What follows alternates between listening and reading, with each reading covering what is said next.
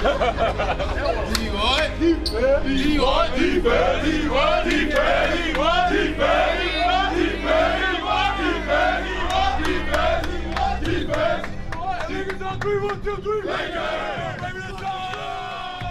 evening, basketball fans, and welcome into Nipissing University in North Bay, Ontario. So being from Scarborough originally, I live on the road Kingston-Galloway. It's a hood. I live in community housing. Me coming here, it's a different atmosphere. When I first came here, I went to Taijon's house, and Taijon leaves the doors unlocked. And I'm like, Taijon, are you not gonna lock the door? And he's like, no, you don't need to here. And in Scarborough, coming from Kingston-Galloway Road, you have to lock the doors. It's a must you lock the doors. It's a must you put a backpack on when you're walking outside or you'll get checked. And just that one line that Taijon said, like, oh, we don't need to lock the doors here. That kind of made me feel more safe. It was really a shell shock in terms of, I'm from a city that diversity is everywhere. Scarborough and Toronto as a whole screams diversity, and that's something I've always thrived and been happy about because it's always given me the opportunity to learn about different cultures and meet new people. Here in North Bay was a shell shock because unfortunately there is not much diversity and you're a minority. I've had instances in my life where I've been a minority, but for the most part, it's been pretty equal, like I said, because Scarborough is very diverse. Unfortunately, it was the first time that I ever saw a Confederate flag in person at 19. That was a crazy experience. So it definitely was a shell shock to see the difference that 3.5 hours can make from one city to another. So it was definitely something that really opened my mind up. Right? Like, we can't be in this, hey, I'm going. It's mine, X, and the other guy's gotta go. Okay, but we gotta communicate this, and then it's a little too late. But good, panic out, and then now we gotta stunt. You know, it's a smaller school. It's not the biggest school in the country, and we know that. And yeah, like, we have to look everywhere for our recruits. But I think we have a lot of great resources, and we have a lot of opportunities for players to grow on the floor, in the classroom. We're not always getting the top-ranked recruits, but what I believe is if we can get a player that's talented and he's a 2-star recruit or 3-star recruit, we can make him into a 5-star recruit. Basketball has 100% made me stay away from trouble. At 6, 7, 8 o'clock longer, those are the times that people are outside, doing bad things. And I was in the gym with my trainer. My expectations coming here wasn't obviously the highest. I knew I was coming to a small town and stuff, but I love it here, and I couldn't be more thankful to be here.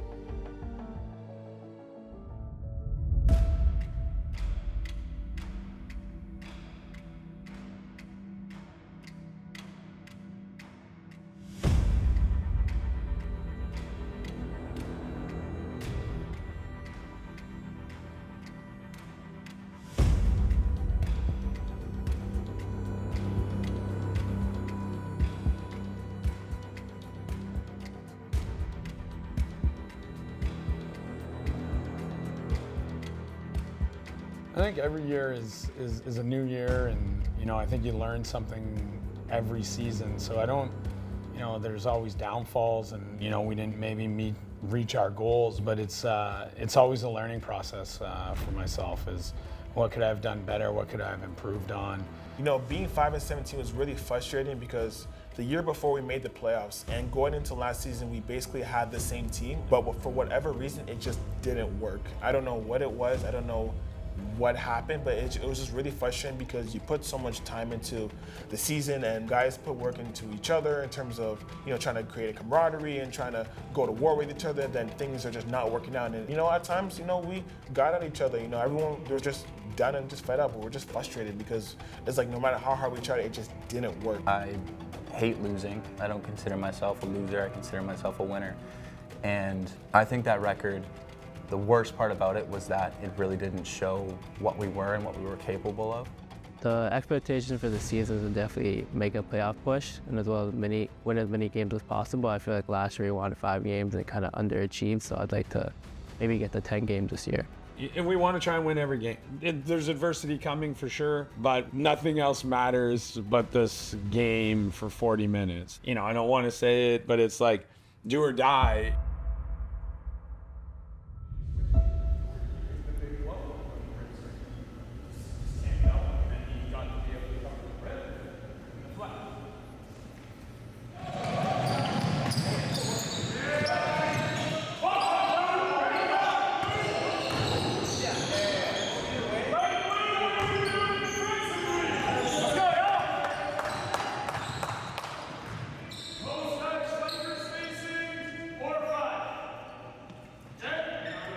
working on Spain.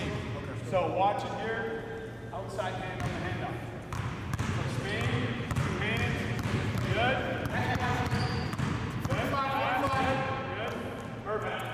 Okay, so My first impression one with Coach was very good, actually. He was genuine, he was smiling at me. And what really got to me was he said that nothing's given. I've always wanted a fair chance in life. Made me feel, okay, it's fair. There's no favoritism, there's no biased thoughts. This is straight. If you're good, you're gonna play. He's allowed me to be more than an athlete.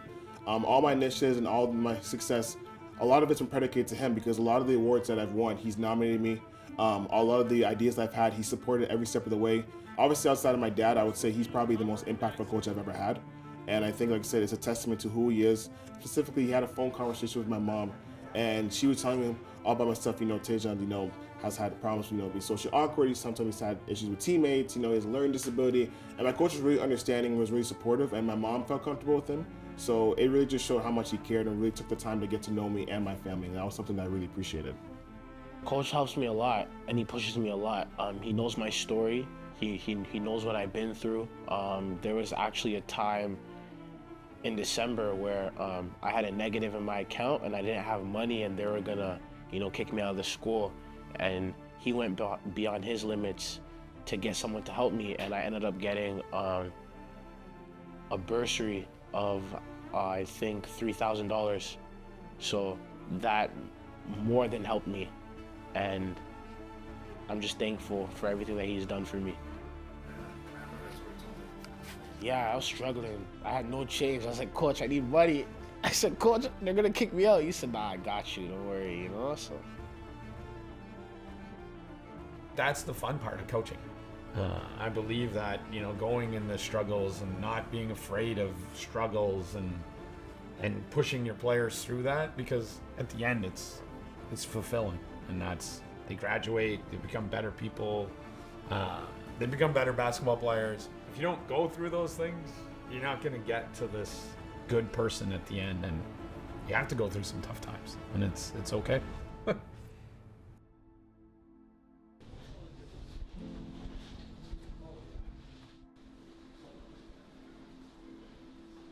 The European tour, it's something that I've always wanted to do since I've been here, just with some of the connections that I have with the pro teams and, a long time ago playing over there.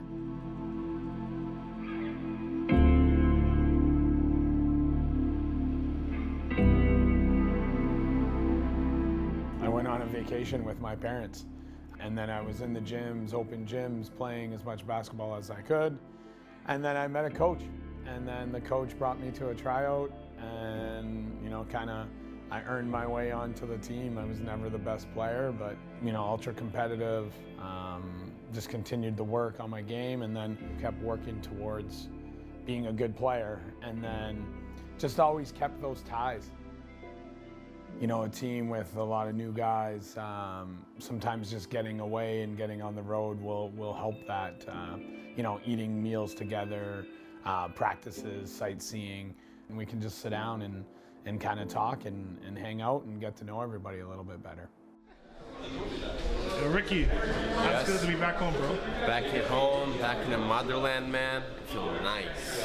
Yes, sir. This is the first training ever, so it has the names of all the players. Just stand. That's my dad. That's your dad? Yeah. Where? Oh, yeah, that's him still. Where? What number? Number 10.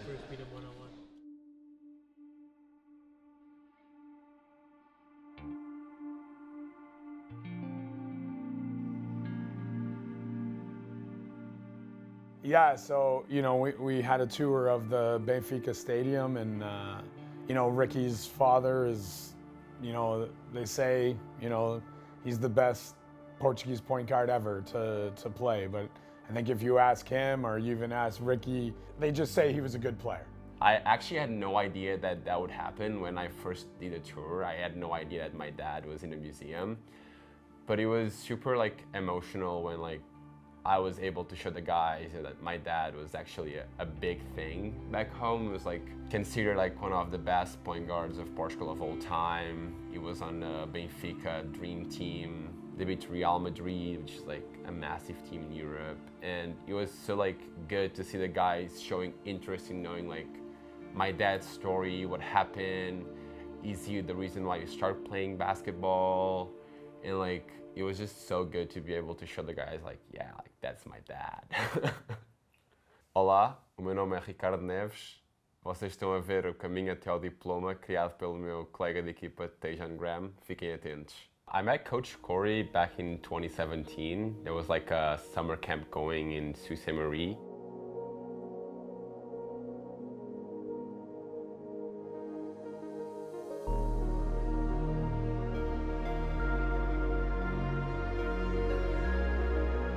Back then in 2021, I believe, after COVID, I was kind of done playing pro. And between a common friend between coach and my dad, me and 3 other players from Portugal ended up spending a month and a half at the Sault. Just over the years, we kept in contact. You know, he always had kind of that, hey, coach, if I don't continue to play pro, maybe I'll come to school. And then he tried playing pro. Well, he was a pro for a few years. For him, he wanted the competition and being able to study. And in Portugal, going to university and playing professional is extremely difficult. So a couple phone calls were made back and forth. And a couple months later, a visa study permit later, here I was in North Bay. Being an international student is a challenge as it is.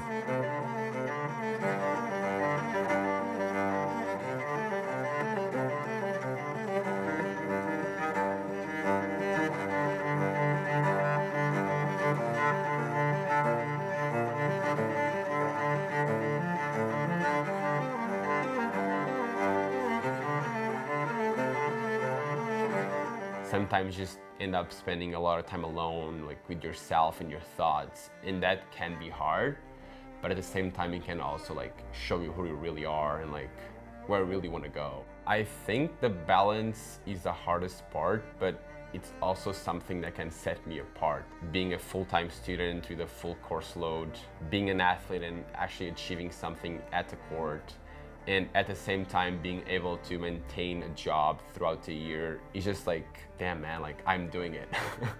And honestly, I suffer with being apart from my family, but it's so worth it to come here and create new families. Like I have people that I know that love me as much as my family does. And honestly, I kind of want to show like to maybe just one athlete that dreams about coming study and play abroad that it's not that far away.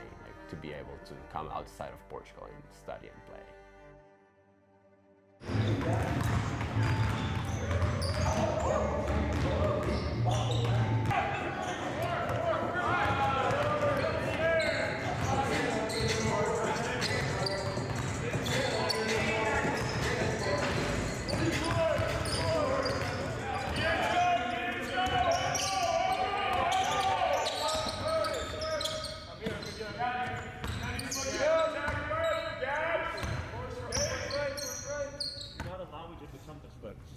Right? Because if he's coming off of it, you're setting the screen, you're coming, but you want to beat him right here. Don't step back. You get right into him. Throw it off something. Right? Yeah, okay. Guys, why are we not talking? Like, why is it moving? Why are we not talking? Darnell, you're not talking. You're just standing and then you're yelling at Taijon and you're not doing your job. Do your job.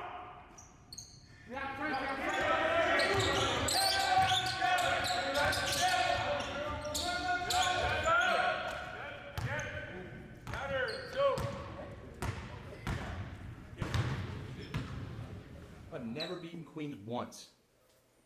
Not one goddamn time. Let's get tough. I don't mean hit hard, I mean tough, the little things. Who you are, it's who you are, it's who you choose to be.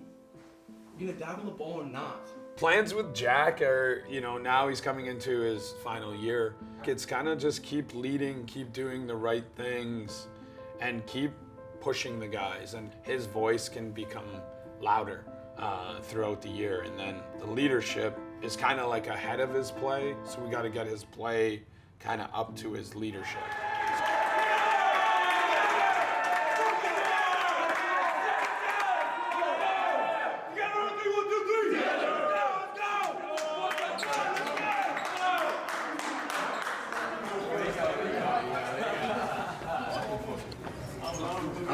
I like your advice.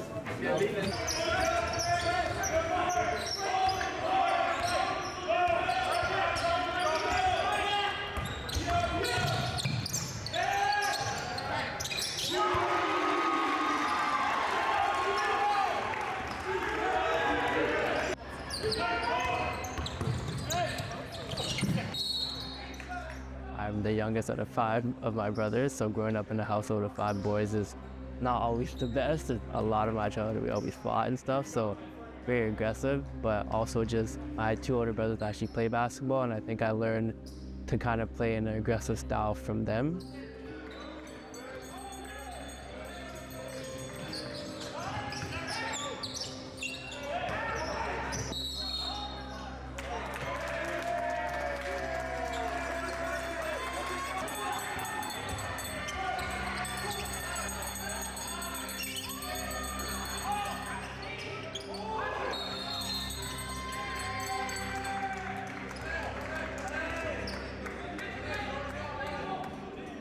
Basketball has definitely served as an outlet for me. I feel like I'm really easygoing off the court, and I'm really kind of like chill, but on the court you kind of get to express yourself in ways you might not also do off the court, and I feel like basketball is kind of an outlet for your emotions and like whatever you're going through, so yeah.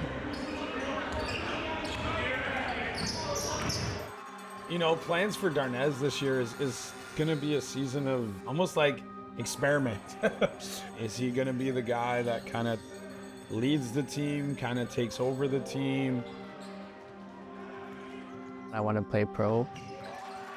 I think I have the skill set to get there. He has all the abilities. He's going to have to be into that role, and we're going to kind of maybe force it a little bit early and see what happens.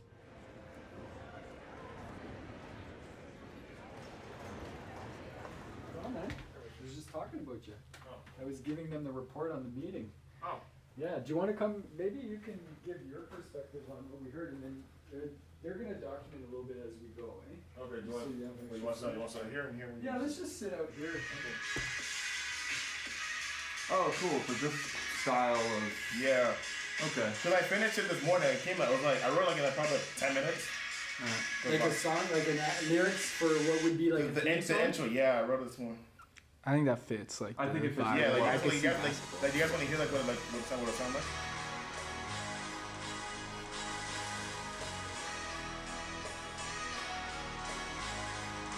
I'm on the road to Convocation, we lit, it's a celebration, the time has finally come. You know I've been patient waiting, in June is the graduation. We did it, we elevated when I'm on the stage. I'm screaming, yeah mom, I made it. 19 years old, when I first stepped on the scene. Now I'm 23, did some things they ain't never seen. When they see how far I've come, they find it hard to believe. I'm just trying to go and get a tental down with my team, yes sir. The road to Convocation.